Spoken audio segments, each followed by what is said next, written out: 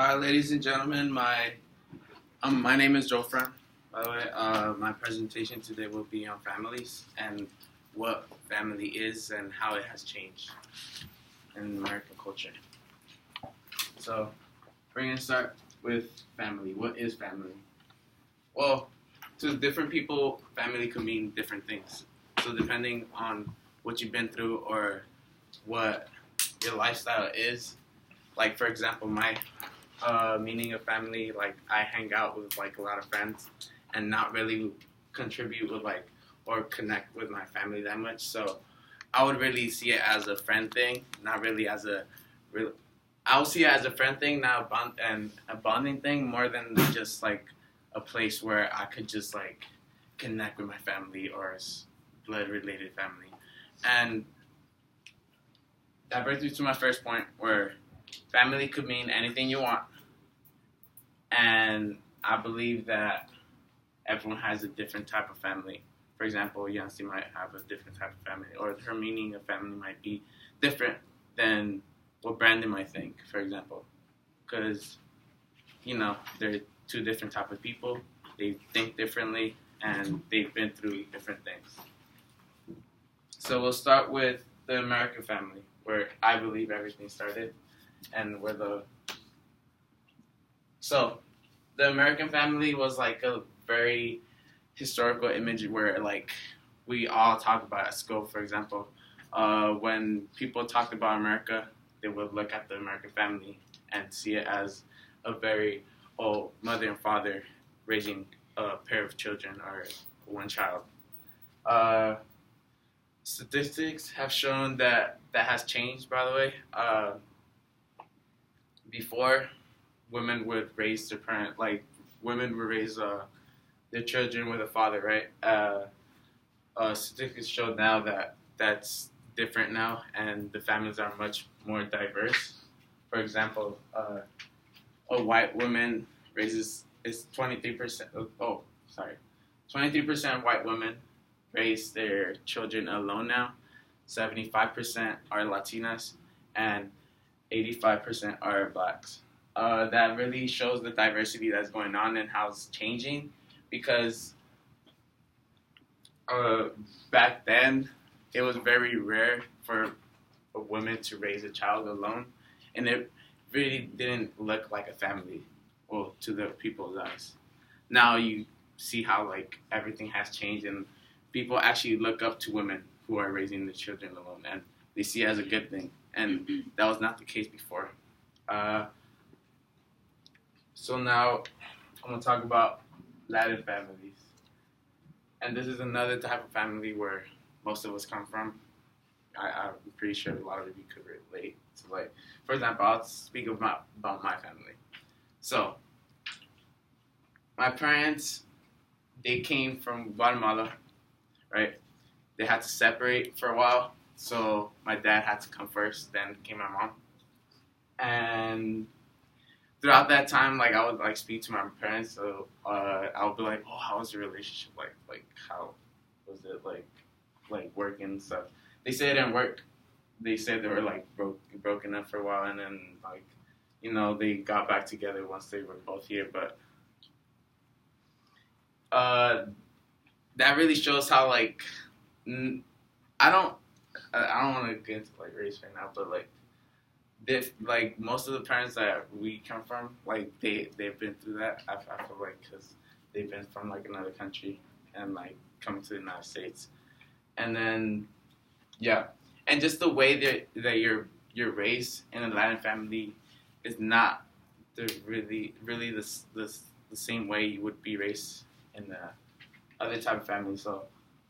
And by Latin families, I meant like I also mean other type of family, like depending wherever you come from, like any Latin country you come from. So I believe every it's different. All right. So my third type of family would be a foster family, and most of my PDFs like speak of this type of family because most of them talk about how difficult it is for a foster child and for a foster parent to contribute and like unite. for example, one of my PDFs talks about a foster child named Eric, where he is very, very like self-conscious and like really doesn't like speaking to any of his friends. And then like the story goes on, they talk about him and they talk about the family that he's going to go into, and then he eventually like has to like get rehab and stuff because like he really doesn't speak to his new family. But then in rehab, he realizes that he needs to trust someone and he needs someone like to talk to in order to like really make that connection and stuff. Like, so he gives it a try eventually, and he grows a family. And then it's very crazy how like it's someone who 8:15. doesn't have connection with you, or someone that like you believe like it's impossible to like talk to or build a connection, really could be like become your best friend and become someone that you really like. And I feel like foster like children and foster families are like a great example of that, because these people like they really don't know who they're going like to be with for the rest of their lives. For example, like it's hard. It would be crazy. It's crazy. And my fourth example is best friends and friends in general. This also fits in like gangs and stuff, but I'll go on and talk about it. So I have a good example with this because, for example, I have my own group, and then I'm pretty sure you guys have your own group as well, and you guys have your own like story and stuff. But for my example, I'm gonna use my story. My story is I see this group right here as a family.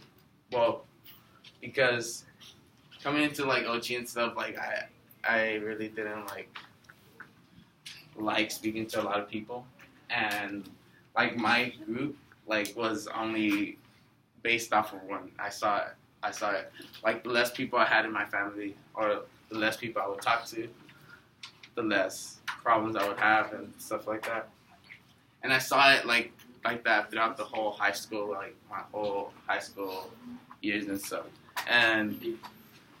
But then I started realizing like there's other groups that have like a lot of friends and they have like a lot of fun. So I was like, you know what? Let me give it a try and stuff. So I started talking more to people, and then it worked. Eventually, like you do grow relationships with people that you don't like.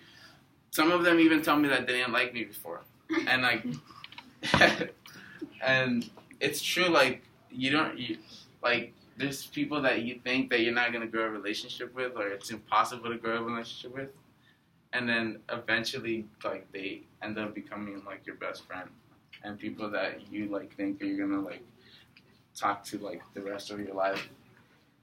And yeah, and this brings me up to like the gang members and like the gang relations that go on outside.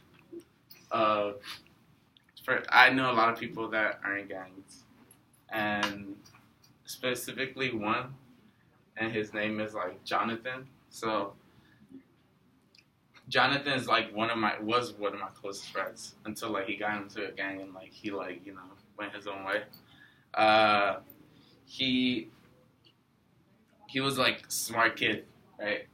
He would like to do anything he wanted. We would hang out and we would like speak about it, and like we would like talk about how so what are you doing like after school and stuff, and he would like tell me that he would go hang out with like people and stuff, and then I would ask him like what was the case, like why was the reason, what was the reason to joining the gang and stuff like that, and he would like the first thing he would say is like feeling wanted, or feeling like you have like some type of like attention. So, and then it's kind of like it kind of brought me back to like the foster kids and like how they see it as like going into their family. For example, like if you like really think about it, like when you feel wanted in the family, you you feel comfortable. You start feeling comfortable, and then you start feeling wanted. Like you feel like you belong somewhere, and that's kind of what like Jonathan was saying. Like, oh, I felt wanted with like my friends. Like they really, I really felt like I was like part of the family, and I feel like that was very like touching. For example, like I like if that's the way he felt, then what was the problem? Just the case that he was like joining a gang. If you never know like you people judge the people that go into like gangs and stuff and are in gangs and they don't really know the purpose or the reason why they go into it. Like they might be going into like stuff through like in their family that makes them join the gang. So I believe that the gangs are like a very strong example of like what a family really means, and you know. And this brings me to my last type of family, which means pets. I could relate to that, and I know someone that could relate to that too. For example, Amber, she loves pets, and she loves her pets. So I think she's like the person that I know the most that would like really cry for any like of her pets if like anything ever happened. Like if you were to like kick her pet, she would like really like no, but it's true, and I understand. Like I know where Amber comes from because, for example, like pets weren't like really something big or something like important that was like included in families back then. For example, the American family, you only saw mom, dad, and then children. And then eventually you started to see, like, for example, like pets being included, and then like pets being like a guy's best friend. That's a term that came up eventually when like a guy wasn't like with someone and like he was like just alone, and a pet would be like his friend and stuff. And I feel like pets are like a very strong part of your family now. For example, every time my family gets a pet, the first thing is, okay, he has to meet the whole family. And right, he has to get along with the whole family. And that's what I think everyone does. Like, everyone teaches their pet to, like, get along with the whole family, protect the house. You know, they're kind of put into the family and, like, put into, like, this structure where, like, they're, like, kind of head of the family, and they kind of take care of the whole house. So I feel like that's a very good example. And so I want to talk about how my mentor. So I have Williams. I believe that's how you say her name. Yeah, it's very confusing. Yeah. So we're speaking to her about like my type of family and what I thought about it, and then she would work with families. She's a family therapist, and she has to like do a lot with like this and like family, the type of family that like a children like having problems at home, how he's like she helps like the child get comfortable with other people and stuff. Like, so I was speaking to her about like, oh, like what do you think family is like? What's your opinion on family? Like, you seem to be having like a lot of opinion in different types of problems and what like people have been through and stuff. And she says pretty much the same thing that almost everyone would say, like the unity and they have to be blood related. Okay. So